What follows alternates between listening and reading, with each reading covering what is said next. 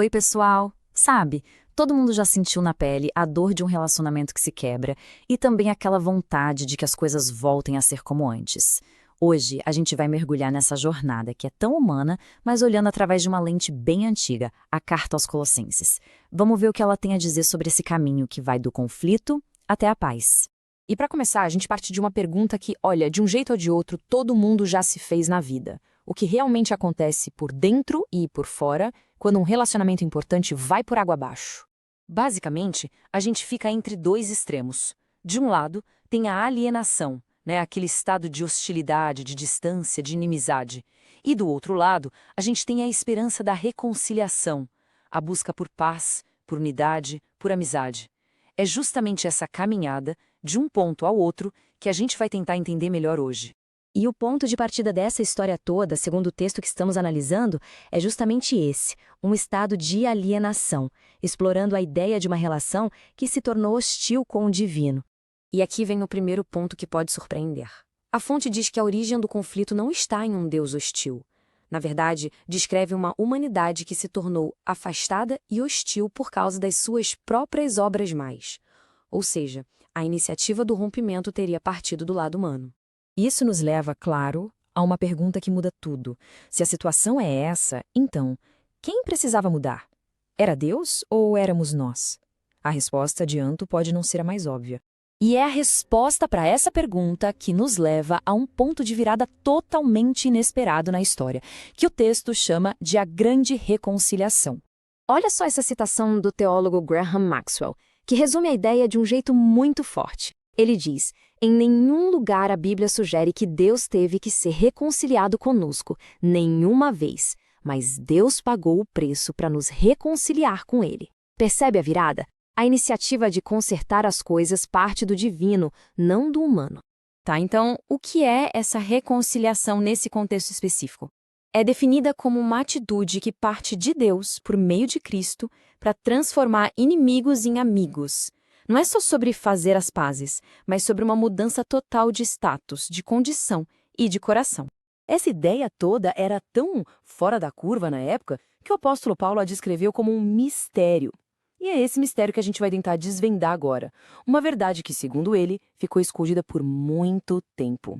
É que a palavra mistério pode confundir a gente, né?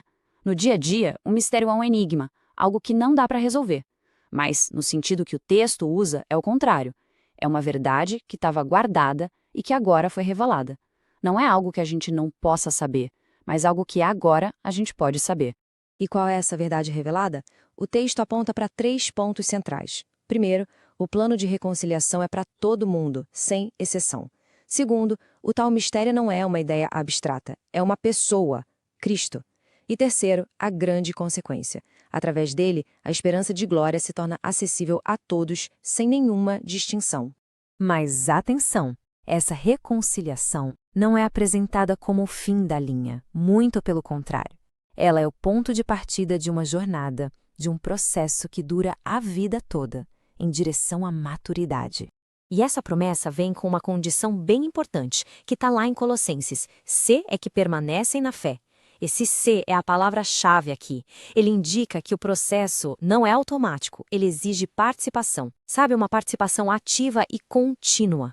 Ok, mas o que significa permanecer? A fonte nos dá 3 ideias bem práticas. Primeiro, ser persistente. Tipo alguém que continua batendo numa porta sem desistir. Segundo, estar bem alicerçado, firme sobre uma base segura, a rocha. E terceiro, ser firme, inabalável no jeito de viver a fé. E que essa jornada não é fácil, não é. Olha só este gráfico que é baseado numa pesquisa de George Barna. É impressionante. Ele sugere que a grande maioria fica nesse estágio 1. Apenas uns 15% realmente alcançam o que ele chama de crentes maduros. Isso mostra o tamanho do desafio e a importância da persistência. Mas, apesar do desafio, a jornada é apresentada como tendo um destino bem claro, uma esperança que é segura e que serve como ponto de chegada. O que alimenta uma caminhada tão exigente? O texto fala de uma esperança certa e segura. E isso não é um otimismo vago, tipo, eu espero que as coisas melhorem. Não, é uma confiança convicta numa realidade futura. a ressurreição e a vida eterna. E essa citação de Ellen G. White captura muito bem a essência dessa esperança.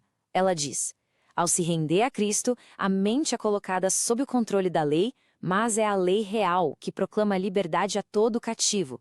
Ao se tornar um com Cristo, o homem é libertado. No fim das contas, a reconciliação leva à liberdade. E assim, a gente termina com uma pergunta para refletir. Se a gente entende a reconciliação como essa jornada que dura a vida inteira, como seria então o próximo passo nesse caminho? O texto sugere que a resposta para isso é algo profundamente pessoal e único para cada um.